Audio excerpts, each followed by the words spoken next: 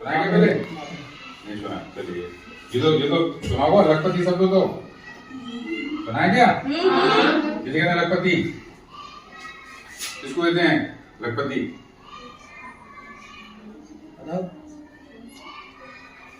लखपति किसको कहते हैं? पैसे वाला। पैसे वाले को लखपति। आपकी जेब में पैसे किसी के? और जेब में पैसे आएगा? मांग नहीं देगा होते हैं क्या? यहाँ बता दो, हाँ या ना? नहीं है ना? मेरी जेब में 60 रुपए हैं। कितने? 60। तो मैं क्या हो गया? लखपति। पैसे वाला हो गया मैं? तो क्या हो गया मैं? लखपति। सही है? 60 रुपए में ही। मेरी जेब में 60 रुपए हैं तो मैं पैसे वाला हो गया। तो मैं क्या हो गया? सही है? 60 रुपए में ही। तो क्या होना चाहिए? होना चाहिए बहुत देख 100, 150, 200 कितने बहुत हैं? 1,00,000 रुपये होंगे तो लखपति के, ठीक है ना? 60 रुपए में लखपति जरूरी नहीं पैसे ही हो। प्लॉट हो, मकान हो, दुकान हो, ट्रैक्टर हो, खेत हो, तो वो भी क्या है? बेचेगा तो लखपति हो जाएगा, तो वो भी लखपति है, ठीक है ना? एक शब्द होता है अर्ध। अर्ध माने क्या होता है? अर्ध माने आधा। अर्ध लखपति किसको कहेंगे? कितने रुपए? 50। कितने? 50,000 रुपए। तो ये जो परीक्षा है, इस परीक्षा को यदि आप अच्छे नंबरों से पास कर लोगे तो सरकार आपको लगभग 50,000 रुपए देगी। यानी आप क्या बन जाओगे? अर्ध लखपति। इसके बारे में बताना है क्या आपको? आप चाहो तो बताएं, आप नहीं चाहो तो बिना बात बताएं। बाद में गाली दो भाई साहब, आप चीज बताएंगे। अपना कोर्स पढ़ें कि जाए पढ़ें? का पढ़ें? पढ़ सको तो बताएं इसके बारे में। नहीं पढ़ो तो बिना बात बताएं। टाइम वेस्ट करें तुम आओ हम आओ, पीछे गाली हो सकती है। बताओ। किसके बच्चे जाना चाह रहे हैं? हाथ उठाएं। सबको बनना है? चलिए ठीक है। तो इसकी पहली शर्त है सरकारी स्कूल में कक्षा 8 में अध्ययनरत होना चाहिए, ठीक है? तो आपका सरकारी स्कूल है आपका ये। सरकारी स्कूल में पढ़ते रहोगे तो आप कक्षा 8 में जब पहुंचोगे तो परीक्षा को दे सकते हो। दूसरी शर्त है सरकारी स्कूल की कक्षा 7 पास करनी है और उसमें कम से कम 55% नंबर होने चाहिए। इससे कम है तो फॉर्म नहीं हो सकती। कक्षा 7 में उतार बच्चा होना चाहिए। SC/ST का बच्चा यदि कोई है उसके लिए 5% की छूट है, यानी 50% नंबर होने चाहिए। इससे कम नंबर नहीं होते। इसी शब्द माता पिता शब्द होते हैं। माता पिता होते हैं क्या? उससे नहीं भी होते हैं। तो उनके रिश्तेदार हैं, चाचा चाची हैं, ताऊ ताई हैं, मामा मामी हैं, नाना नानी हैं, दादा दादी हैं, बुआ फूफा हैं, मौसा मौसी, गुरु भी होता है। वो उनकी देखभाल करता है, उसे बोलते हैं अभिभावक। माता पिता है तो अच्छी बात है। माता पिता नहीं है तो उनके अभिभावक की जो वार्षिक आय है वो 3.5 लाख रुपए से कम होनी चाहिए। तो सामान्यतः गांव में पढ़ने वाले बच्चों के माता पिता या तो किसान होते हैं या मजदूर होते हैं। तो सरकारी नौकरी कर रहा है या अच्छी नौकरी कर रहा है तो उसकी इनकम ज्यादा होगी तो वो फॉर्म नहीं भर सकता है, बाकी और बच्चे फॉर्म। तो तीनों चीज आपकी सही है तो फॉर्म आपका शुद्ध हो जाएगा। फॉर्म आपका ठीक है ना? तो फॉर्म शुद्ध हो जाएगा तो उसकी कोई फीस भी नहीं है। प्रिंटर है स्कूल में? क्या प्रिंटर? प्रिंटर नहीं है तो गुरुजी से व्यवस्था करवाना प्रिंटर की। तो प्रिंटर आ जाए तो ये फॉर्म आपका शुद्ध हो जाएगा। कक्षा में जितने बच्चे हैं सब बच्चे फॉर्म भर सकते हैं। तो ये सितंबर की डेट आएगी, रोज सुबह आना है। सुबह गुरुजी डेट आएगी, आप जैसी डेट आए वैसे फॉर्म पहले दिन ही भर देना। तो मेरे को भर देंगे, जल्दी का आया कल भर लेंगे, परसों बताइए डेट आई लास्ट डेट। और लास्ट डेट में सर्वर खराब हो गया तो फॉर्म नहीं भर पाएगा, ठीक है ना? जब फॉर्म नहीं भर पाएगा तो परीक्षा कैसे दोगे? इसलिए फॉर्म तो कैसे भरना है? जैसी डेट चालू हो जाए वैसे फॉर्म तो शुरू में भर दो। पहले दिन दूसरे दिन फॉर्म भर दो, जिससे कोई दिक्कत नहीं हो। जो मांगे सर फोटो मांगे, साथ में मार्कशीट मांगे, ला के दे दो तेरे को, फॉर्म भर जाएगा। कोई फीस है नहीं है, कोई चिंता करनी है कहाँ से पैसे आएंगे। फीस है नहीं है, फॉर्म शुरू भर जाएगा, ठीक है? परीक्षा में क्या आएगा? परीक्षा में 2 पेपर आएंगे, एक का नाम है सेट, एक का नाम है नेट। सेट का मतलब है शैक्षिक योग्यता परीक्षा और नेट का मतलब है मानसिक योग्यता परीक्षा। शैक्षिक योग्यता परीक्षा में कक्षा 7 और 8 के विज्ञान के प्रश्न, गणित के प्रश्न आएंगे और सामान्य के प्रश्न आएंगे। तो कक्षा 7 की और 8 की पुस्तकों में अच्छी तरह अध्ययन करो। कैसे प्रश्न पूछे वहां से उत्तर दे सको, ठीक है ना। मानसिक योग्यता परीक्षा में कुछ चित्र होंगे या कुछ अंक होंगे, उसकी तैयारी के लिए इस परीक्षा के पुराने पेपर दे सकते हैं या बाजार में उसको मिलती है पुस्तकें, उनका अध्ययन कर सकते हैं, ठीक है ना। भाई पुस्तक का अध्ययन करने ये नहीं सारे प्रश्न आ जाएंगे उसमें से, उससे हेल्प मिल जाएगी बराबर, ठीक है। दोनों ही पेपरों में 90-90 प्रश्न आएंगे, प्रत्येक प्रश्न का एक अंक है, 90-90 अंक का पेपर हो गया और समय मिलेगा हल करने के लिए आपको 90 मिनट इसमें और 90 मिनट 90 जो कितने हो जाएंगे, 180। कितने मिनट हो गए, 180, यानी कितने घंटे, 1 घंटा एकदम हैं, कितने घंटे हो गए, 3 घंटे पेपर हो गया। और आधे घंटे पहले जाना पड़ेगा, पेपर शुरू हुआ 10 बजे, तो 9:30 बजे तक आपको अपने एग्जाम रूम में सीट पे बैठना है, तो 9:30 बैठना है, इसका मतलब 9 बजे बुलाएंगे कम से कम, सेंटर पड़ेगा आपको राधाखेड़ा आपका, ठीक है ना। तो राधाखेड़ा जब भी सेंटर पड़ेगा आपका, मान लो जब कल डेट या तो आज ही मंदिर आप पहुंच जाओ, किसी रिश्तेदार के कहीं जाके ठहर जाओ, जब सुबह जल्दी सेंटर में पहुंच जाओ, या सुबह चलो वैसे जल्दी चलो, मान लो बुलाया 9 बजे तो 8:30 तक पहुंच जाओ वहां पे। ये नहीं कि साहब पेपर है 9 बजे से आप पहुंचे 9:15 बजे, तो क्या हो गए, लेट हो गए, एग्जाम जा पाओगे अंदर, जा पाओगे क्या, नहीं जा पाओगे। तो परीक्षा लेकिन तैयारी की थी सब खत्म, अब परीक्षा नहीं दे पाए तो परीक्षा अब कब दे पाओगे, इस वर्ष लेट हो गए परीक्षा देने के लिए, तो ये परीक्षा अब कब दे पाओगे, हैं अभी तो 9th में आ गए, केवल 8वीं क्लास बच्चे दे फॉर्म को भर सकते हैं और एग्जाम भी दे सकते हैं। अब 8वीं में आप दिया नहीं एग्जाम तो कहाँ आ गए, फॉर्म भर पाएंगे, नहीं भर पाएंगे, तो अब कब भर पाएंगे फॉर्म, हैं अब फॉर्म कब भर पाएंगे, 9th में तो है नहीं है ना, उसके लिए 9th में आगे फिर नहीं भर सकते। यदि 8वीं में फॉर्म भर के एग्जाम नहीं दे पाए तो अब एग्जाम कब दे पाओगे, सोचो जरा, दिमाग लगाओ। 8वीं में फॉर्म भरा आपने, एग्जाम देने पहुंचे वहां लेट पहुंचे तो एंट्री से मना कर दी, अब एग्जाम नहीं होगा आपका, तो अब एग्जाम कब दे पाओगे अब,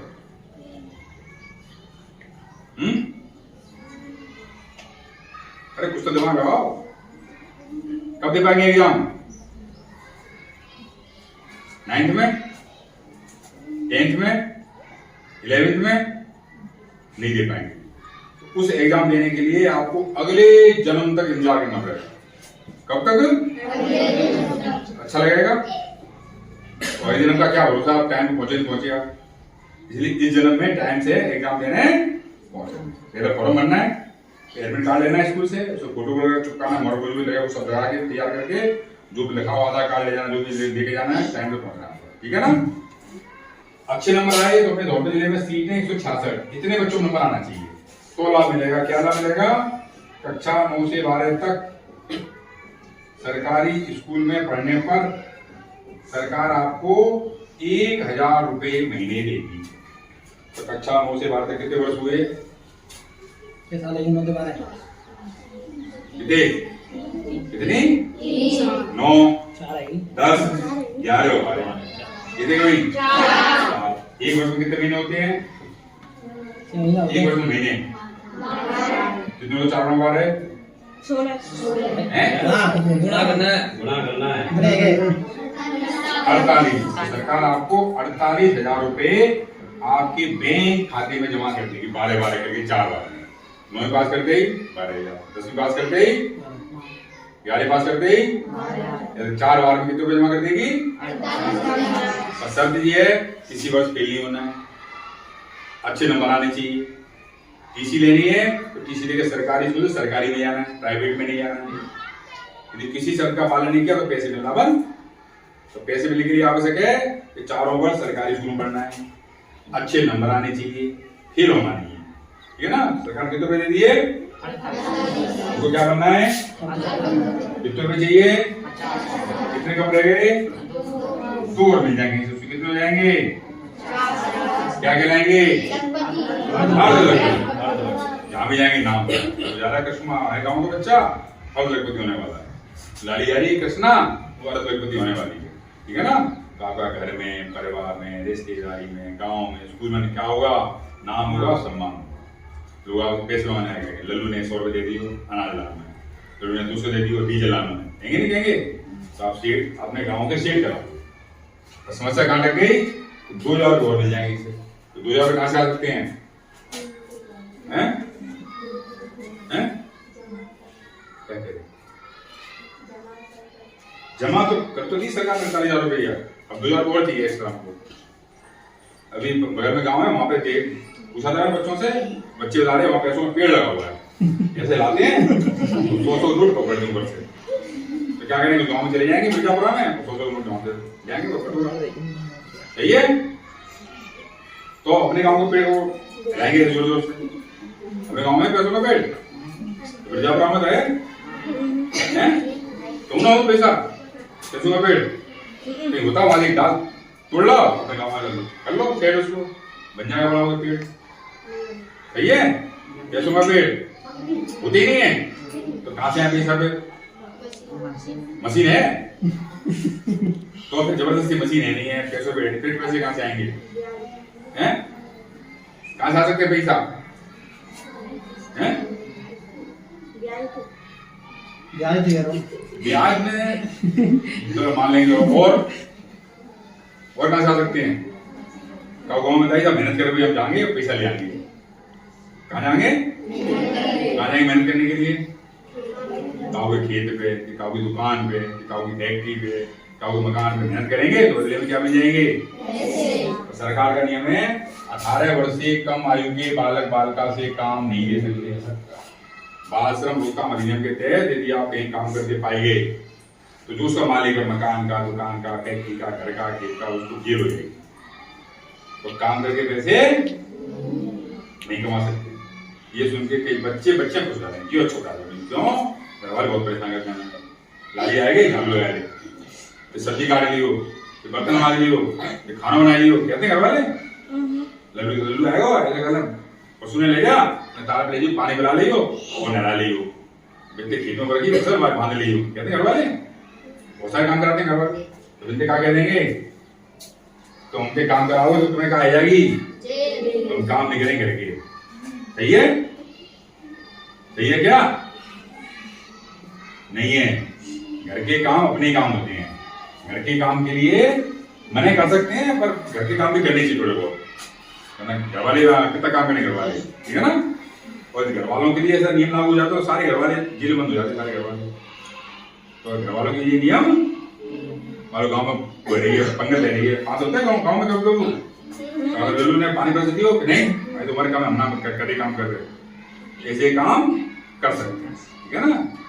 पर ऐसे काम कर सकते जो पैसे मिलते हैं वो काम नहीं कर सकते, क्लियर। तो समस्या फिर रखी, पैसों का पेड़ है नहीं है, पैसों की मशीन है नहीं है, और काम कर नहीं सकते। अब पैसा कहाँ से आए,